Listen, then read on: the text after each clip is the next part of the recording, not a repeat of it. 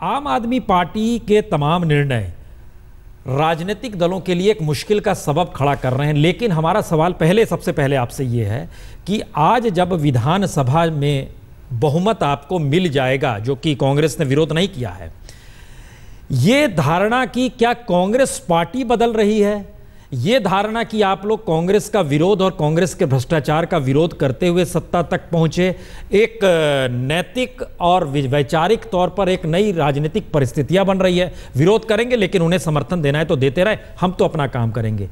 ये थ्योरी कौन सी है जिसमें आम आदमी पार्टी को लगने लगा है कि दरअसल वो जनता के साथ है और बाकी राजनीतिक दल जनता के साथ नहीं है? प्रवीण जी। देखिए, ऐसा है कि शायद हमें थ्योरीज भी अपनी बदलनी होंगी। हमें लगता है कि राजनीति पूरी तरह से बदल रही है।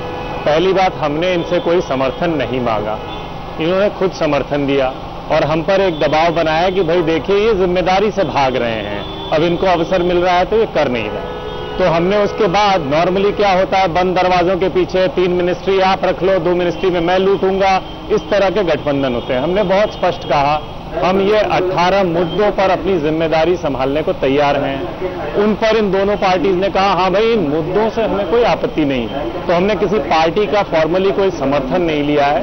हमने कहा है हम सरकार बनाने की जिम्मेदारी लेंगे यदि इन मुद्दों पर आप लोग सपोर्ट करिए। अभी भी हमारा इनसे कोई डिस्कशन नहीं है, कोई बैकरूम चर्चा नहीं है, हमने इनके साथ कोई मिनिस्ट्रीज या बांटी नहीं है। हम अभी भी इंडिविजुअली सारे एमएलएज को ये मुद्दे रखेंगे कि भाई जिसको ये मैनिफेस्टो सपोर्ट करने लायक रखता है, आज अपने अंदर झांक के सपोर्ट करे। यदि करेंगे, अवसर मिलेगा तो हम अपना काम करेंगे, नहीं तो हम लोग जनता के पास जाएंगे। तो ये चेंज है बेसिकली। अगर आप देखिए कि भाई मुद्दों की बात हो रही है, मुद्दों के आधार पर हम सरकार बनाने आ रहे हैं। हम कोई बैकरूम अरेंजमेंट कर रहे हैं, सपोर्ट कर रहे हैं, नॉन सपोर्ट, हम तो बहुत क्लियर हैं। बिल्कुल कांग्रेस भी, हमारे इश्यूज क्लियर हैं, हम एंटी करप्शन प्लैंक पर हैं, हमारे कुछ डिसेंट्रलाइजेशन के मुद्दे हैं, मोहल्ला सभा, बिजली, पानी हमारे महत्वपूर्ण मुद्दे हैं। ये सब आज नहीं, 3 महीने से हम दिल्ली की गलियों में चिल्ला रहे हैं। आने के बाद उन्हीं पर काम करेंगे पूरी तरह से पारदर्शी तरीके में, आप देख भी रहे हैं। नहीं प्रवीण जी, एक चीज एक जहन में जो तमाम सवाल हम जिसमें कांग्रेस और बीजेपी के नेता से बात करते हैं, उसके भीतर से एक जो सवाल की अनुगुंज है वो दरअसल ये है कि कोई भी राजनीतिक दल जब सत्ता में आता है तो एक लॉन्ग टर्म विजन के साथ इसलिए चलता है क्योंकि उसे महसूस होता है कि उसे एक सरकार चलानी है।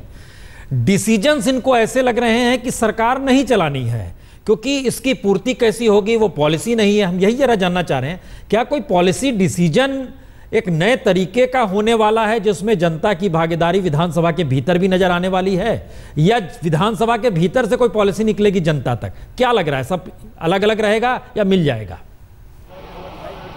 नहीं, देखिए, इसमें तो सीधी सी बात है। हमारा घोषणा पत्र 2 महीने से इंटरनेट के ऊपर है। हमारा घोषणा पत्र क्या कह रहा है? हम कह रहे हैं भाई, हम कुछ इंस्टीट्यूशनल स्ट्रक्चरल चेंजेस की बात कर रहे हैं कि भाई सत्ता का विकेंद्रीकरण हो। बहुत सारे ऐसे निर्णय हैं जो जनता ही डायरेक्ट ले सकती है। तो एक बिग चेंज की अगर बात करें तो हम ये कर रहे हैं। इसी के साथ एक एडमिनिस्ट्रेटिव मुद्दा जुड़ा है कि लोकपाल जैसी एक संस्था हो जिससे कि कोई भी भ्रष्टाचार होता है, कोई भी अनाचार होता है तो जनता को सुनवाई का एक तरीका हो। तो ये तो हमारा पॉलिटिकल एजेंडा, अगर आप पॉलिटिकल चेंज एजेंडा है, वो है। दूसरा, हम कह रहे हैं कि भाई जो पीपल्स बेसिक इश्यूज हैं, कॉमनवेल्थ गेम्स और डबल डेकर फ्लाईओवर्स की बात अभी दिल्ली में जरूरी नहीं है। अगर आप गलियों में घूमेंगे, हम लोगों ने जो 71 मैनिफेस्टोज बनाए उसमें ये दिखता है कि बिजली, पानी ही अभी प्रधान मुद्दा है लोगों के। तो ये जो आप बात कह रहे हैं कि हम जनता के मुद्दों को एड्रेस करेंगे, इसके कुछ तरीकों की हमने बात की है कि बहुत सारे ऐसे निर्णय हैं जो नीचे के लेवल्स पे लिए जाने चाहिए, उनको डिसेंट्रलाइज करेंगे। तो ये सब तो हमारे मैनिफेस्टो में स्पष्ट है, यही निकलेगा, यही किया जाएगा।